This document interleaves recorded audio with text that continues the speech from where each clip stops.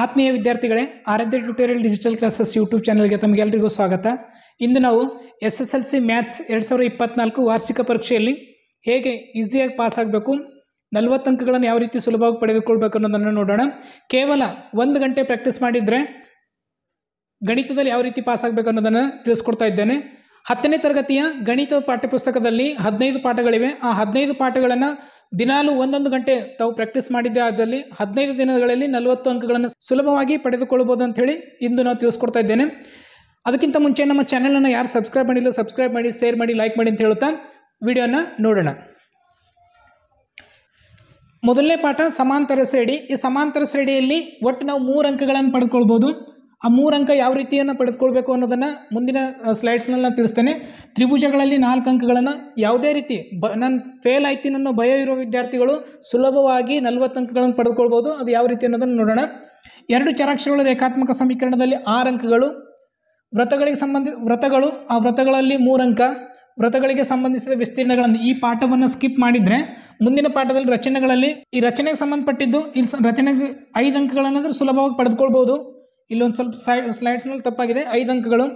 ನಿರ್ದೇಶಾಂಕ ರೇಖಾಗಣಿತದಲ್ಲಿ 4 ಅಂಕಗಳನ್ನು ಸುಲಭವಾಗಿ ಪಡೆದುಕೊಳ್ಬೋದು. ವಾಸ್ತವ ಸಂಖ್ಯೆಯಲ್ಲಿ 2 ಅಥವಾ 3 ಅಂಕಗಳನ್ನು ಪಡೆದುಕೊಳ್ಬೋದು. ಹೀಗೆ ಪ್ರತಿಯೊಂದು ಪಾಠದಲ್ಲೂ ಕೆಲವೊಂದು ಅಂಕಗಳನ್ನು ಸುಲಭವಾಗಿ ಪಡೆದುಕೊಳ್ಬೋದು. ಈ ಬಹುಪದೋಕ್ತಿಯಲ್ಲಿ 1, ವರ್ಗ ಸಮೀಕರಣದಲ್ಲಿ 2, ತ್ರಿಕೋನಮಿತಿಯ ಪ್ರಸ್ತಾವನೆಯಲ್ಲಿ 1 ಅಂಕವನ್ನು ಸುಲಭವಾಗಿ ಪಡೆದುಕೊಳ್ಬೋದು. ತ್ರಿಕೋನಮಿತಿಯ ಅನ್ವಯಗಳನ್ನು ಸ್ಕಿಪ್ ಮಾಡಿದಾಗ ಸಂಖ್ಯಾಶಾಸ್ತ್ರದಲ್ಲಿ 6 ಅಂಕಗಳನ್ನು, ಸಂಭವನೀಯತೆಯಲ್ಲಿ ಇಲ್ಲಿ 1 ಅಂಕ, ಮೇಲ್ಮೈ ವಿಸ್ತೀರ್ಣಗಳು ಮತ್ತು ಘನಫಲದಲ್ಲಿ ಇನ್ನೂ 1 ಅಂಕವನ್ನು ಸುಲಭವಾಗಿ ಪಡೆದುಕೊಳ್ಬೋದು. ಅದು ಯಾವ್ಯಾವ ರೀತಿ ಅಂತೇಳಿ 1 by 1 ಡಿಸ್ಕಸ್ ಮಾಡೋಣ. ಮೊದಲು ಈ ವಿಡಿಯೋದಲ್ಲಿ ನಾನು ಸಮಾಂತರ ಶ್ರೇಣಿಗೆ ಸಂಬಂಧಪಟ್ಟಿದ್ದು ಮಾತ್ರ ಡಿಸ್ಕಸನ್ನು ಮಾಡ್ತೀನಿ. ಈ ಸಮಾಂತರ ಶ್ರೇಣಿಯಲ್ಲಿ ಇವತ್ತಿಂದ ನೀವು 1 ಗಂಟೆ ಪ್ರಾಕ್ಟೀಸ್ ಮಾಡಿದರೆ ಈ ಸಮಾಂತರ ಶ್ರೇಣಿಯಲ್ಲಿ 3 ಅಂಕಗಳನ್ನು ಸುಲಭವಾಗಿ ಪಡೆದುಕೊಳ್ಬೋದು. ವಾರ್ಷಿಕ ಪರೀಕ್ಷೆಯಲ್ಲಿ ಯಾವುದೇ ರೀತಿಯ ಭಯವಿಲ್ಲದೆ 3 ಅಂಕಗಳನ್ನು ಸುಲಭವಾಗಿ ಪಡೆದುಕೊಳ್ಬೋದು. ಮುಂದಿನ ವಿಡಿಯೋದಲ್ಲಿ ನಾನು ಮುಂದಿನ ಪಾಠಕ್ಕೆ ಸಂಬಂಧಪಟ್ಟಿದ್ದ ವಿಡಿಯೋ ಡಿಸ್ಕಸನ್ನು ಮಾಡ್ತೀನಿ. ಬಟ್ ಇವತ್ತು ನಾವು ಸಮಾಂತರ ಶ್ರೇಣಿಗಳು ಪಾಠದಲ್ಲಿ ಯಾವ ರೀತಿ 3 ಅಂಕಗಳನ್ನು ಪಡೆದುಕೊಳ್ಬೋದು ಅನ್ನೋದನ್ನು ನೋಡೋಣ. ಇಲ್ಲಿ 2 ರೀತಿಯ ಕ್ವಶನ್ಸ್ಗಳನ್ನು ಕೇಳ್ತಾರೆ. ಮೊದಲನೇ ಕ್ವಶನ್ಸನ್ನು 1 ಮಾರ್ಕ್ಸಿನ ಕ್ವಶನ್ಸನ್ನು, ಮತ್ತೊಂದು 2 ಮಾರ್ಕ್ಸಿನ ಕ್ವಶನ್ಸನ್ನು 2 ಕೇಳ್ತಾರೆ. 1 ಮಾರ್ಕ್ಸಿನ questions AN = A + n - 1 × D ಈ ಸೂತ್ರಕ್ಕೆ ಸಂಬಂಧಪಟ್ಟಿದ್ದಾಗಿರ್ತದೆ. ಎರಡನೇದು 2 ಅಂಕದ ಪ್ರಶ್ನೆ SN ಸಮಾಂತರ ಶ್ರೇಣಿಯ ಮೊತ್ತ SN = n/2 2A + n - 1 × D ಈ ಸೂತ್ರಕ್ಕೆ ಸಂಬಂಧಪಟ್ಟಿದ್ದಿರ್ತದೆ. ಭಾಳಷ್ಟು ಈಸಿಯಾಗಿ ಕೇಳ್ತಾರೆ. ಬಹು ಆಯ್ಕೆ ಪ್ರಶ್ನೆಗಳಲ್ಲಿ 1 ಅಂಕದ್ದು ಒಂದು ಪ್ರಶ್ನೆನೇ ಇರ್ತದೆ. ಅಥವಾ ಅಲ್ಲಿ ಕೊಡಲಿಲ್ಲ ಅಂತಂದ್ರೆ 1 ಅಂಕದ್ದು ಇನ್ನೊಂದು ಪಾರ್ಟ್ಸ್ 2 ಇರ್ತದಲ್ಲ, 8 ಮಾರ್ಕ್ಸ್ ಪ್ರಶ್ನೆಗಳಲ್ಲಿ ಅಲ್ಲಿ ಕೇಳ್ಬೋದು 1 ಅಂಕದ್ದು. ಆ ಪ್ರಶ್ನೆಗಳನ್ನು ಯಾವ ರೀತಿ ಇರ್ತವೆ ಅನ್ನೋದನ್ನು 1 by 1 ಬಿಡಿಸಿ ನೋಡೋಣ. ಇಲ್ಲಿ ಸೂತ್ರ AN = A + n - 1 × D. A ಅನ್ನೋದಿಲ್ಲಿ ಕೊಟ್ಟಿದ್ದಾರೆ 3, D 4, n ಅನ್ನೋದು ಕಂಡುಹಿಡಬೇಕು. 47 AN ಅಂತೇಳಿ ಕೊಟ್ಟಿದ್ದಾರೆ. ಇಲ್ಲಿ AN = 47 A ಅನ್ನೋದು 3 ಪ್ಲಸ್ n ಗೊತ್ತಿಲ್ಲ n - 1, D ಅನ್ನೋದು 4 plus 3 LHS side ಕಳಿಸಿದಾಗ 47 - 3 = n - 1 × D ಅನ್ನೋದು 4.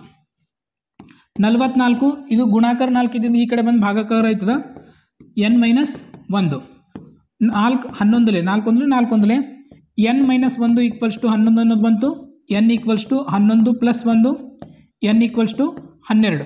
ಈ ರೀತಿ ಸುಲಭವಾಗಿ ನಾವು ಲೆಕ್ಕಗಳನ್ನು ವ್ಯಾಲ್ಯೂಸನ್ನು ಪುಟ್ ಮಾಡಿದ್ರೆ 1 ಮಾರ್ಕ್ಸ್ ಸಿಗ್ತದೆ. ಈ ಮಾರ್ಕ್ಸನ್ನು ಯಾರನ್ನೂ ಕಳ್ಕೊಳ್ಳೋಕೆ ಹೋಗ್ಬೇಡ್ರಿ. ಇಲ್ಲಿ ಉಳಿದಿದ್ದ ಲೆಕ್ಕಗಳನ್ನು ಬರೀ ವ್ಯಾಲ್ಯೂಸನ್ನು ಪುಟ್ ಮಾಡಿ ತಾವು ಪ್ರಾಕ್ಟೀಸ್ ಮಾಡಬೇಕು. ಒಂದು ವೇಳೆ ಉತ್ತರವನ್ನು ಉತ್ತರ ಗೊತ್ತಾಗದಿದ್ದರೆ ಕಮೆಂಟ್ ಮಾಡಿರಿ.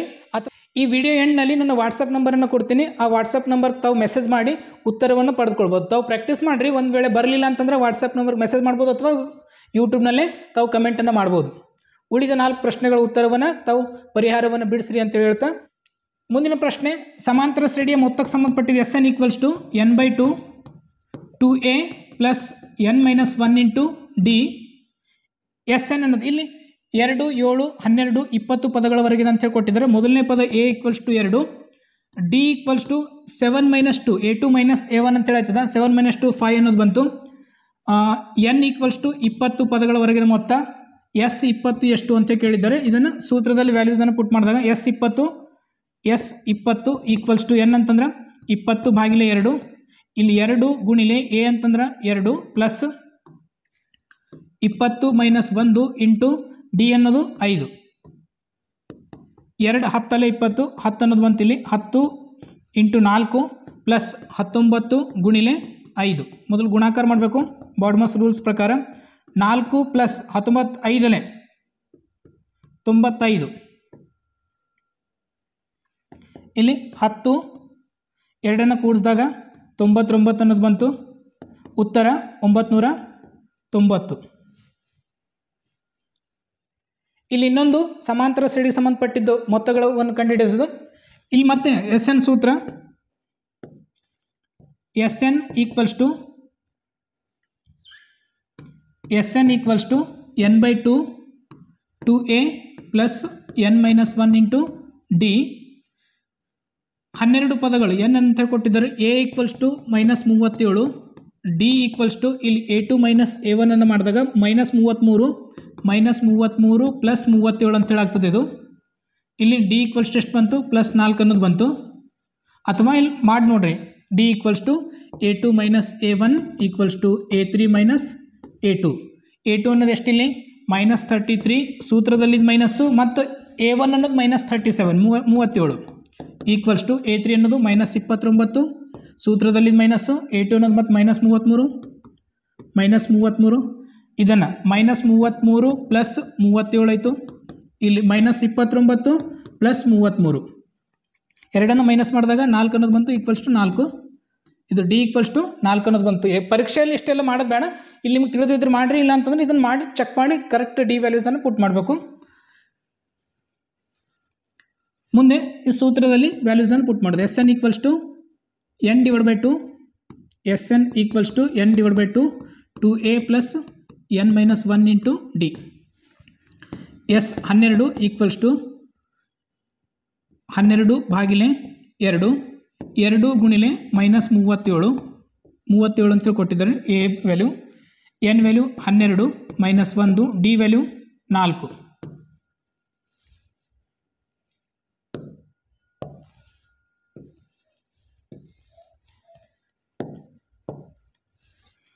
ಎಸ್ 12 ಈಕ್ವಲ್ಸ್ ಟು 2 6 12 37 2 -74 ಇಲ್ಲಿ ಪ್ಲಸ್ 11 ಗುಣಿಲೆ 4 ಅನ್ನೋದು ಬಂತು 6 -74 11 4 44 ಪ್ಲಸ್ 44 6 ಗುಣಿಲೆ ಮೈನಸ್ ಇಲ್ಲಿ 30 ಅನ್ನೋದು ಬಂತು -30 ಇಲ್ಲಿ -180 ಗುಣಾಕಾರ ಮಾಡಿದಾಗ -180 ಈ ರೀತಿ ಸುಲಭವಾಗಿರ್ತವೆ 2 ಅಂಕಗಳನ್ನು ತಾವು ಪ್ರಾಕ್ಟೀಸ್ ಮಾಡುವ ಮುಖಾಂತರ 1 ಗಂಟೆ ಟೈಮನ್ನು ತಮ್ಗೆ ಕೊಟ್ಟಿದ್ರಿ ಅಂತಂದ್ರೆ ಗಣಿತದಲ್ಲಿ ಸುಲಭವಾಗಿ 40 ಅಂಕಗಳನ್ನು ಪಡೆದುಕೊಳ್ಬೋದು ಇಂಥ ನಾನು 15 ಸರಣಿ ವಿಡಿಯೋಗಳನ್ನು ಬಿಡ್ತಾ ಇದ್ದೇನೆ ಈ ವಿಡಿಯೋಗಳನ್ನು ಕಂಟಿನ್ಯೂಸ್ ಆಗಿ ಫಾಲೋ ಅಪ್ ಮಾಡಿ ನೋಡಿರಿ ಪ್ರಾಕ್ಟೀಸ್ ಮಾಡಿ ಡೈಲಿ 1 ಗಂಟೆ ಪ್ರಾಕ್ಟೀಸ್ ಮಾಡಿದರೆ ಗಣಿತದಲ್ಲಿ ಸ್ವಾಭಿಮಾನದಿಂದ 40 ಅಂಕಗಳನ್ನು ಪಡೆದುಕೊಳ್ಬೋದು ಅಂತ ಹೇಳ್ತಾ ಆ ವಿಡಿಯೋನ ಇಲ್ಲಿ ಒಂದು ಪ್ರಶ್ನೆಗಳನ್ನು ಕೊಟ್ಟಿನಿ ಆ ಪ್ರಶ್ನೆಗಳನ್ನು ತಾವು ಪ್ರಾಕ್ಟೀಸ್ ಮಾಡಬೇಕು ಇಲ್ಲಿ 5 ಪ್ರಶ್ನೆಗಳು ಮತ್ತು ಸಮಾಂತರ ಶ್ರೇಣಿಯ ಮೊತ್ತಕ್ಕೆ ಸಂಬಂಧಪಟ್ಟಿದ 5 ಪ್ರಶ್ನೆಗಳು ಅಲ್ಲಿ ಸಾಮಾನ್ಯ ರೂಪ ಸಮಾಂತರ ಶ್ರೇಣಿಯ ಸಾಮಾನ್ಯ ರೂಪದ ಸೂತ್ರಗಳಿಗೆ ಸಂಬಂಧಪಟ್ಟಿದ 5 ಪ್ರಶ್ನೆಗಳನ್ನು ಕೊಟ್ಟಿನಿ ಇವುಗಳನ್ನು ಪ್ರಾಕ್ಟೀಸ್ ಮಾಡಬೇಕು ಪ್ರಾಕ್ಟೀಸ್ ಮಾಡಿ ವಿದ್ಯಾರ್ಥಿಗಳೇ ಇಲ್ಲಿ ಕೊಟ್ಟಂಥ ಪ್ರಶ್ನೆಗಳು ತಾವೆಲ್ಲರೂ ಪ್ರಾಕ್ಟೀಸ್ ಮಾಡ್ತೀರಿ ಅಂತ ಹೇಳಿ ತಿಳ್ಕೊತೀನಿ ಒಂದು ವೇಳೆ ಉತ್ತರವನ್ನು ಸಿಗದಿದ್ದರೆ ಕಮೆಂಟ್ ಮಾಡಿ ಅಥವಾ ಈ ನನ್ನ ಕೊಟ್ಟಂಥ ವಾಟ್ಸಪ್ ನಂಬರ್ಗೆ ತಾವು ಮೆಸೇಜ್ ಮಾಡುವ ಮುಖಾಂತರ ಉತ್ತರವನ್ನು ಪಡೆದುಕೊಳ್ಬೋದು ಇದೇ ರೀತಿ ನಾವು ಮುಂದೆ ಇನ್ನೂ 14 ವೀಡಿಯೋಸ್ಗಳನ್ನು ಬಿಡ್ತಾ ಇರ್ತೇನೆ ಆ ವೀಡಿಯೋಸ್ಗಳನ್ನೆಲ್ಲ ದಿನಾಲು ನೋಡ್ಕೋತಾ ದಿನಾಲು 1 ಗಂಟೆ ಪ್ರಾಕ್ಟೀಸ್ ಮಾಡಿ ಗಣಿತದಲ್ಲಿ ಈಸಿಯಾಗಿ ಪಾಸ್ ಆಗಬೇಕಂತ ಹೇಳಿ ಕೇಳ್ಕೊತಾ ಇದ್ದೇನೆ ಧನ್ಯವಾದಗಳು ವಿಡಿಯೋನ ಇಷ್ಟ ಆದರೆ ಲೈಕ್ ಮಾಡಿ ಶೇರ್ ಮಾಡಿ ಸಬ್ಸ್ಕ್ರೈಬ್ ಮಾಡಿ ಧನ್ಯವಾದಗಳು